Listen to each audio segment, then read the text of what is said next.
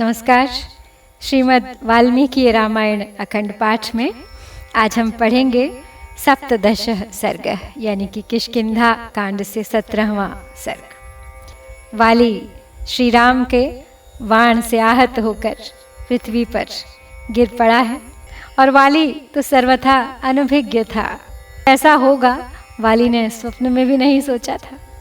तो इस सर्ग में हम देखेंगे वाली का श्री राम जी को फटकारना।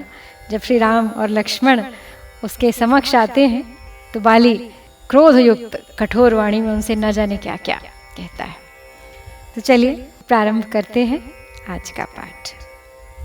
ततः शरेणाभिहतो रामेण रणकर्कशः पपात सहसा वाली निकृत्त इव पादपः सा भूमौ न्यस्त सर्वांगस्तप्त कांचन भूषण अपतद्देवराजस्य मुक्त रश्मिरिव ध्वजः अस्मिन् निपतिते भूमौ हर्यक्षाणां गणेश्वरे नष्टचन्द्रमिव व्योमना व्यराजत मेदिनी भूमौ निपतितस्यापि तस्यं देहं महात्मनः न श्रीर्जहाति न प्राणा न तेजो न पराक्रमः शक्रदत्तावरा माला कांचनी रत्नभूषिता दधार हरि मुख्यस्य प्राणास्तेजः श्रियं च सा। अब युद्ध में कठोरता दिखाने वाला वाली श्री राम के बाण से घायल हो कटे वृक्ष की भांति सहसा पृथ्वी पर गिर पड़ा। उसका शरीर पृथ्वी पर पड़ा हुआ था। चमकते हुए स्वर्ण के आभूषण अब भी उसकी शोभा बढ़ा रहे थे। वह देवराज इंद्र के बंधन रहित ध्वज की भांति पृथ्वी पर गिर पड़ा था। इंद्र की दी हुई रत्न जटित श्रेष्ठ सुवर्ण माला उस वानर राज के प्राण, तेज और शोभा को धारण किए हुए थी। सतया मालया वीरो है मया हर्युथपः संध्यानुगत पर्यन्तः पयोधर इवाभव तस्य माला च देहश्च मर्मघाती च यः शरः त्रिधेव रचिता लक्ष्मीः पतितस्यापि शोभते तदस्त्रं तस्य वीरस्य स्वर्गमार्गप्रभावनं रामबाणासनक्षिप्तमावहत् परमां गतिं तं तथा पतितं सङ्ख्ये गतार्चिषमिवानलं ययातिमिव पुण्यान्ते देवलोकादिहच्युतम् आदित्यमिव कालेन युगान्ते भुवि पातितं महेन्द्रमिव दुर्धर्षम् उपेन्द्रमिव दुस्सहम् महेन्द्रपुत्रं पतितं मालिनं हेममालिनं व्यूढोरस्कं महाबाहुं दीप्तास्यं हरिलोचनम। उस सुवर्ण माला से विभूषित हुआ वानर यूथपति वीर वाली संध्या की लाली से रंगे हुए प्रांत भाग वाले मेघ खंड के समान शोभा पा रहा था। पृथ्वी पर गिरे होने पर भी वाली की वो सुवर्ण माला, उसका शरीर और मर्मस्थल को विदीर्ण करने वाला वो श्री राम का बाण, ये तीनों ही अलग अलग 3 भागों में विभक्त हुई अंग लक्ष्मी के समान शोभा पा रहे थे। वीरवर श्री राम के धनुष से चलाए गए उस अस्त्र ने वाली के लिए स्वर्ग का मार्ग प्रकाशित कर दिया और उसे परम पद को पहुंचा दिया। इस प्रकार युद्ध स्थल में गिरा हुआ इंद्रपुत्र वाली ज्वाला रहित अग्नि के समान पुण्यों का क्षय होने पर पुण्यलोक से इस पृथ्वी पर गिरे हुए राजा ययाति के समान तथा महाप्रलय के समय काल द्वारा पृथ्वी पर गिराए गए सूर्य के समान जान पड़ता था। उसके गले में सोने की माला शोभा दे रही थी।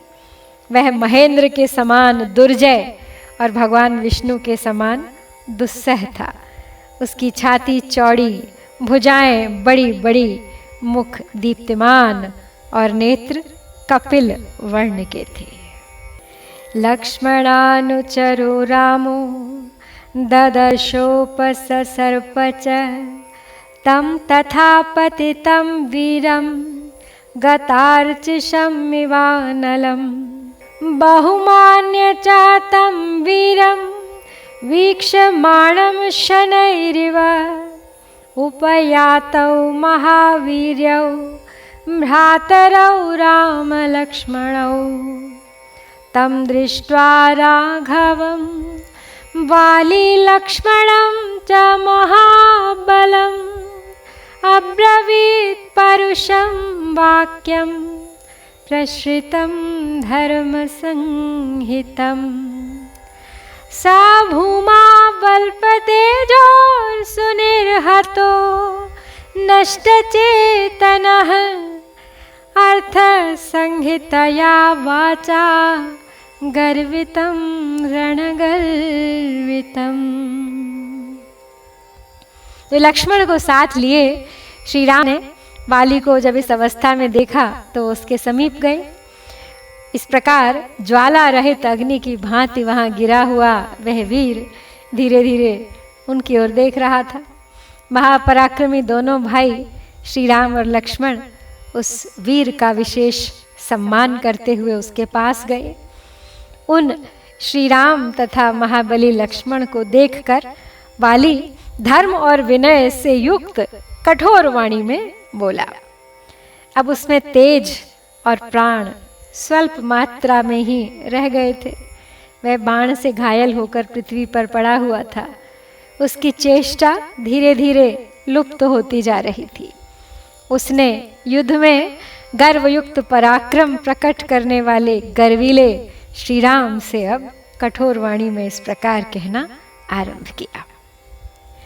त्वं नराधिपते पुत्रः प्रथितः प्रियदर्शनः पराङ्मुखवधं कृत्वा कोऽत्र प्राप्तस्त्वया गुणः यदहं युद्धसंरब्धस्त्वत्कृते निधनं गतः कुलीनः सत्त्वसम्पन्नस्तेजस्वी चरितव्रतः रामः करुणवेदी च प्रजानां च हिते रतः सानुक्रोशो महोत्साहः समयज्ञो दृढव्रतः इत्येतत् सर्वभूतानि कथयन्ति यशो भुवि दमः शमः क्षमा धर्मो धृतिः सत्यं पराक्रमः पार्थिवानां गुणा राजन् दण्डश्चाप्यपकारिषु तान् गुणान् सम्प्रधार्याहम् अग्रयं चाभिजनं तव तारया प्रतिषिद्धः सन् सुग्रीवेण समागतः न मामन्येन संरब्धं प्रमत्तं वेधुमर्हसि इति मे बुद्धिरुत्पन्ना बभूवा दर्शने तव। तो बाली अब श्री राम की ओर देखता हुआ बोला, हे रघुनंदन, आप राजा दशरथ के सुविख्यात पुत्र हैं। उसकी वाणी विनम्र है लेकिन बात जो वो कह रहा है वो कटु है, कठोर है। आपका दर्शन सबको प्रिय है। मैं आपसे युद्ध करने नहीं आया था, मैं तो दूसरे के साथ युद्ध में उलझा हुआ था। उस दशा में आपने मेरा वध करके यहाँ कौन सा गुण प्राप्त किया है, किस महान यश का उपार्जन किया है आपने? क्योंकि मैं युद्ध के लिए दूसरे पर रोष प्रकट कर रहा था, किंतु आपके कारण बीच में ही मृत्यु को प्राप्त हो रहा हूँ।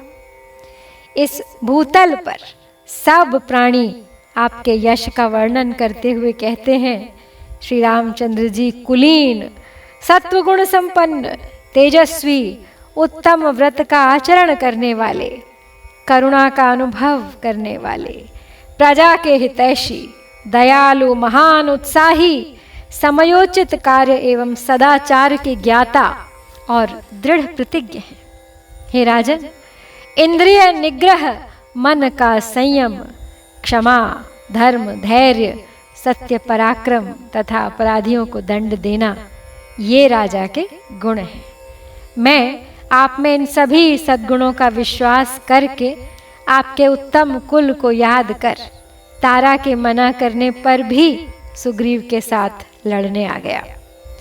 जब तक मैंने आपको देखा नहीं था तब तक मेरे मन में यही विचार उठता था कि दूसरे के साथ रोष पूर्वक जूझते हुए मुझको आप असावधान अवस्था में अपने बाण से बेधना उचित नहीं समझेंगे।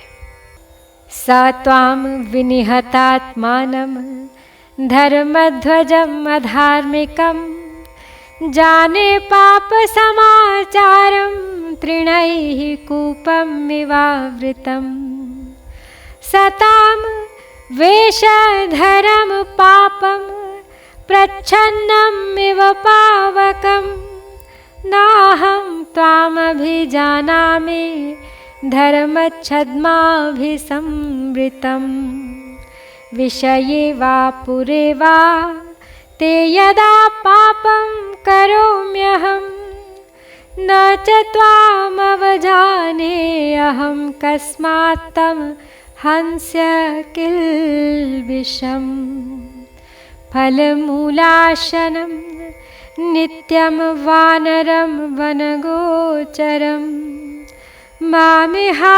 प्रतियुद्धन्तमन्येन च समागतम् त्वं नराधिपतेः पुत्रः प्रतीतः प्रियदर्शनः लिङ्गमप्स्यति ते राजन् दृश्यते धर्मसंहितम् कः क्षत्रियकुले जातः श्रुतवान् नष्ट संशयः धर्मलिङ्गप्रतिच्छन्नः क्रूरं कर्म समाचरे। तो वाली श्री राम से कह रहा है कि मुझे तारा ने भी समझाया था कि आप सुग्रीव के साथ हैं, लेकिन मुझे इसकी तनिक भी आशंका नहीं थी कि आप मुझे इस तरह असावधान अवस्था में अपने बाण से बेध देंगे।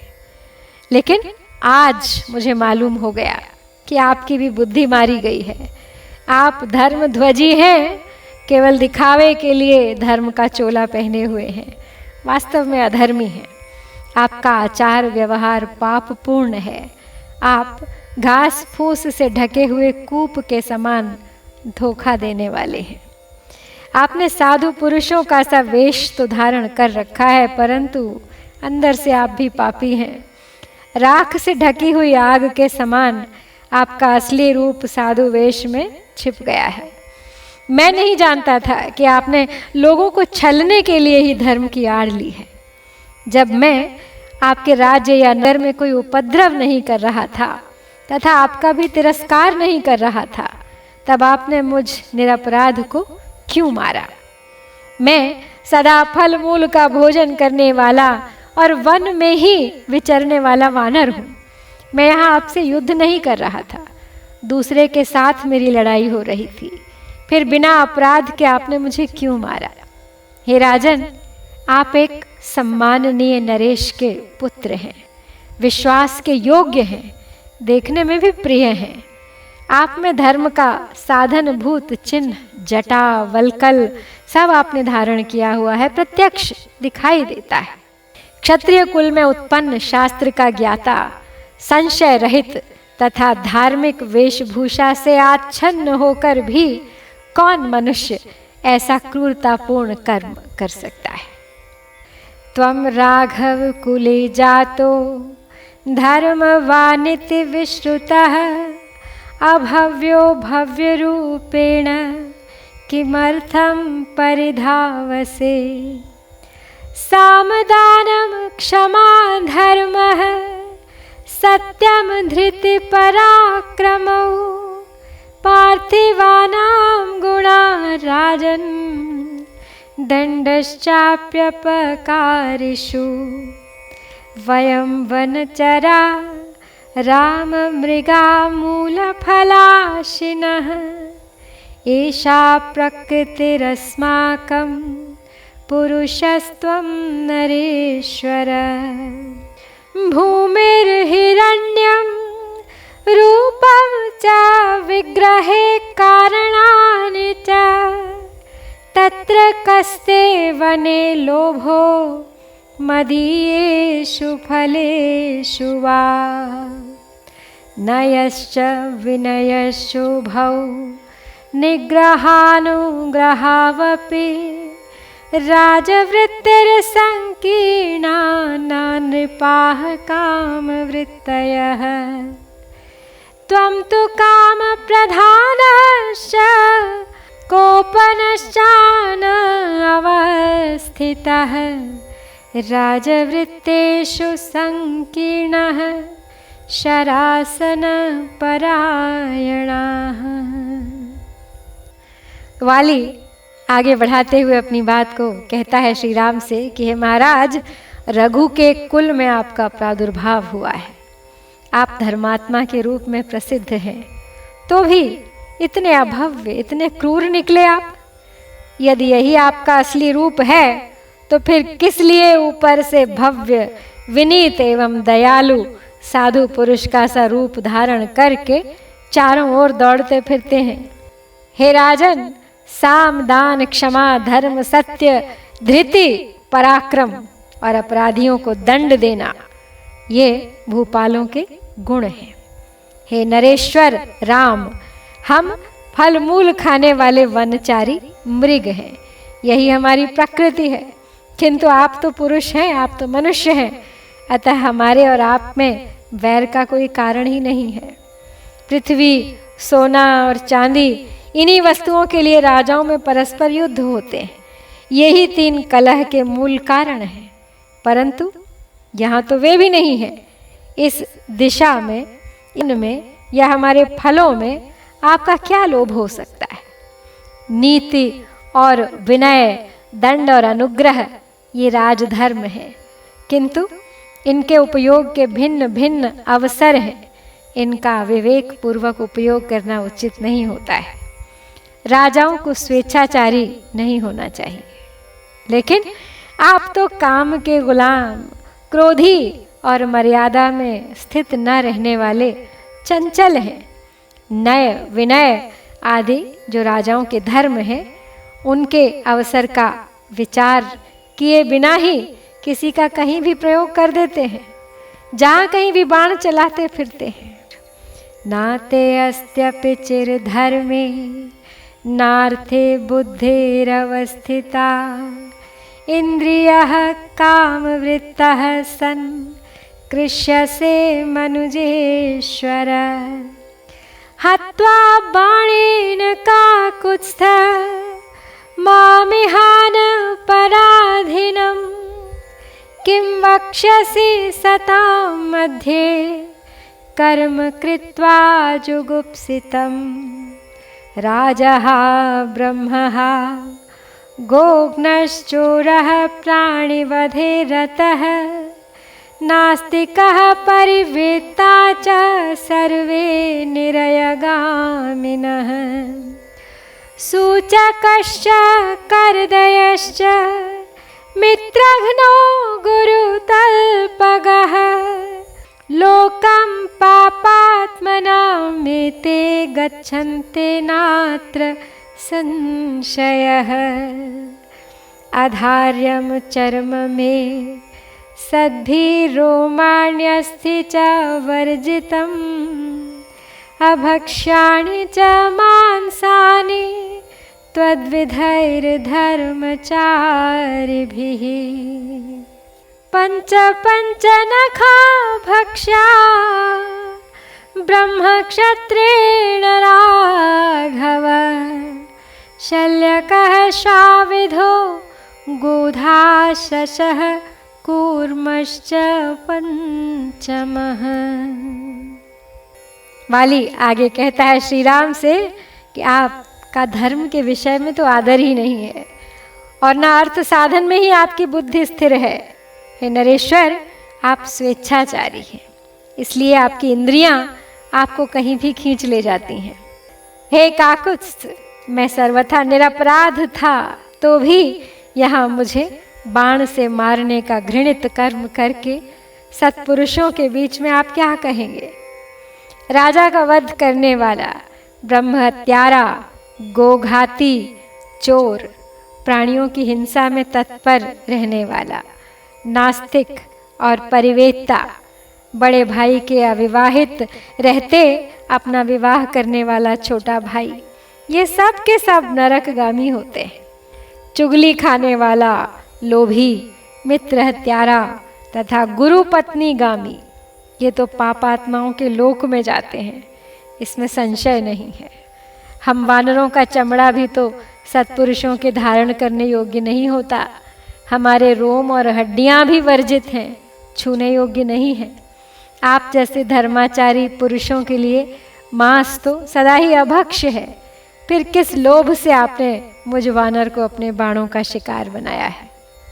हे रघुनंदन, त्रैवर्णिकों में जिनकी किसी कारण से मांसाहार जैसे निंदनीय कर्म में प्रवृत्ति हो गई है, उनके लिए भी 5 नख वाले जीवों में से 5 ही भक्षण के योग्य बताए गए हैं और उनके नाम हैं गेंडा, साही, गोह, खरहा और 5वां कछुआ।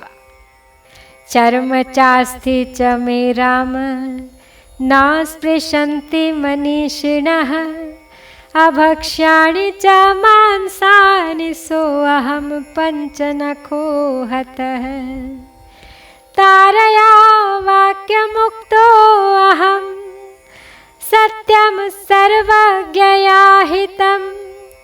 तदतिक्रम्य मोहेन कालस्य वशमागतः।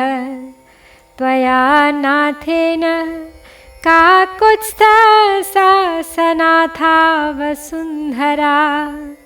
प्रमदाशीलसम्पूर्णा पत्येव च विधर्मणा। शठो नैकृतिकः क्षुद्रो मिथ्या प्रश्रितमानसः। कथं दशरथेन त्वं जातः पापो महात्मना। छिन्न चारित्र्यकक्ष्येण सतां धर्मातिवर्तिना। त्यक्तधर्माङ्कुशेनाहं निहतो रामहस्तिना। तो बाली श्री राम से पूछ रहा है कि कारण क्या है, क्यों उन्होंने उसे मारा है। कहते हैं कि मैं तो आपके भक्षण के योग्य भी नहीं हूँ और आपसे किसी प्रकार का कोई वैर भी नहीं है। आप मनुष्य हैं और मैं वानर। तो हे श्री राम, मनीषी पुरुष मेरे यानी वानर के चमड़े और हड्डी का स्पर्श तक नहीं करते। वानर के मांस भी सभी के लिए अभक्ष्य होते हैं।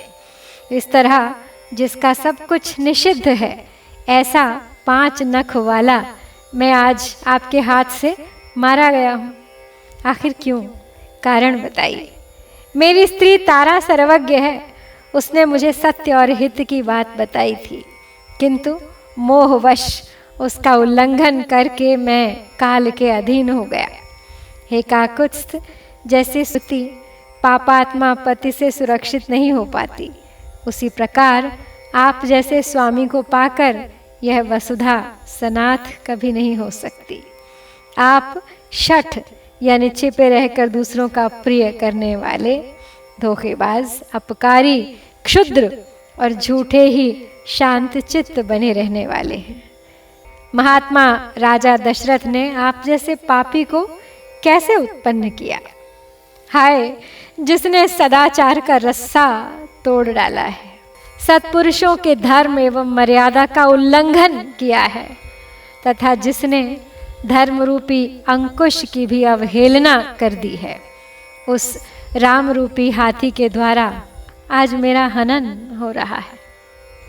अशुभम चाप्ययुक्तम च सताम चैव विगर्हितम वक्षसे चेदृशम कृत्वा सद्भिः सह समागतः उदासीनेषु यो अस्मासु विक्रमो अयं प्रकाशितः अपकारिषु ते राम नैवं पश्यामि विक्रमम् दृश्यमानस्तु युध्येथा मया युधि नृपात्मज अद्य वैवस्वतं देवं पश्येस्त्वं निहतो मया त्वया दृश्येन तु रणे निहतो अहं दुरासदः प्रसुप्तः पन्नगे नैव नरः पापवशं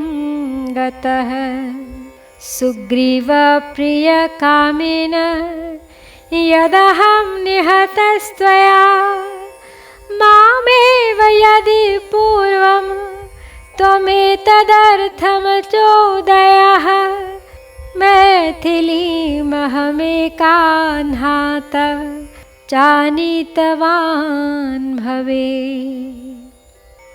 तो वाली का क्रोध श्री राम पर शांत ही नहीं हो रहा है। कहते हैं कि ऐसा अशुभ, अनुचित और सत्पुरुषों द्वारा निंदित कर्म करके आप श्रेष्ठ पुरुषों से मिलने पर उनके सामने क्या कहेंगे? हे श्री राम, हम उदासीन प्राणियों पर आपने जो यह पराक्रम प्रकट किया है, ऐसा बल पराक्रम आप अपना अपकार करने वालों पर प्रकट कर रहे हो, ऐसा मुझे दिखाई नहीं देता है। हे राजकुमार, यदि आप युद्ध स्थल में मेरी दृष्टि के सामने आकर मेरे साथ युद्ध करते तो आज मेरे द्वारा मारे जाकर सूर्यपुत्र यम देवता का दर्शन कर रहे होते।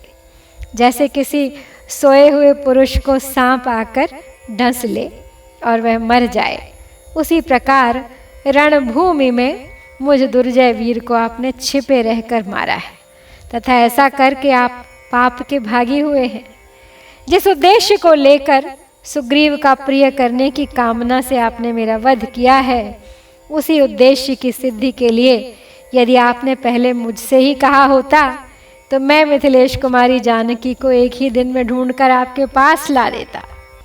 राक्षसम च दुरात्मानं तव भार्यापहारिणं कंठे बद्ध्वा प्रदद्याम ते निहतं रावणं रणे न्यस्ताम सागर तोये वा पाताले वापि मैथिली आनयेयं तवादेशात् श्वेतामश्वत्तरीमिव युक्तं यत् प्राप्नुयात् राज्यं सुग्रीवः स्वर्गते मयि अयुक्तं यदधर्मेण त्वयाहं निहतो रणे काममेवं विधो लोकः कालेन विनियुज्यते क्षमं चेद्भवता प्राप्तमुत्तरं साधु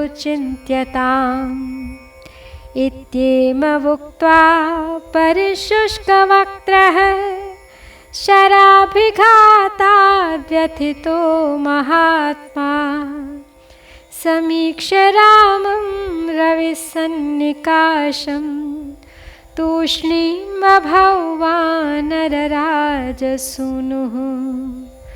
तूष्णीं बभौ वानर राज सुनु। तो वाली कहता है श्री राम से कि सुग्रीव के बजाय यदि आप सीधे मेरे पास आए होते तो आपको ये करना ही न पड़ता। आपकी पत्नी का अपहरण करने वाले दुरात्मा राक्षस रावण को मैं युद्ध में मारे बिना ही उसके गले में रस्सी बांधकर पकड़ लाता और उसे आपके हवाले कर देता। जैसे मधु कैटभ द्वारा अपहृत हुई श्वेताश्वतरी श्रुति का भगवान हयग्रीव ने उद्धार किया था, उसी प्रकार मैं आपके आदेश से मिथिलेश कुमारी सीता को यदि वे समुद्र के जल में या पाताल में भी रखी गई होती तो भी वहां से ला देता। मेरे स्वर्गवासी हो जाने पर सुग्रीव जो यह राज्य प्राप्त करेंगे वह तो उचित ही है। अनुचित इतना ही हुआ कि आपने मुझे रणभूमि में अधर्म पूर्वक मारा है। यह जगत कभी न कभी काल के अधीन होता ही है, इसका ऐसा स्वभाव ही है। अतः भले ही मेरी मृत्यु हो जाए इसके लिए मुझे खेद नहीं है, परंतु मेरे इस तरह मारे जाने का यदि आपने उचित उत्तर ढूंढ निकाला हो तो उसे अच्छी तरह सोच विचार कर कहिए। ऐसा कहकर महामनस्वी वानर राजकुमार बाली सूर्य के समान तेजस्वी श्री रामचंद्र जी की ओर देखकर चुप हो गया। उसका मुंह सूख गया था और बाण के आघात से उसको अब बहुत पीड़ा हो रही थी और अब उसे केवल प्रतीक्षा है श्री राम के उत्तर की। और इसके साथ ही हम वाल्मीकि निर्मित आर्ष रामायण आदि काव्य के किष्किंधा कांड में ये 17वां सर्ग पूरा करते हैं। इत्यार्षे श्रीमद् रामायणे वाल्मीकिये आदि काव्ये किष्किंधा कांडे 17 सर्गः। ओम श्री सीतारामचंद्राभ्यां नमः।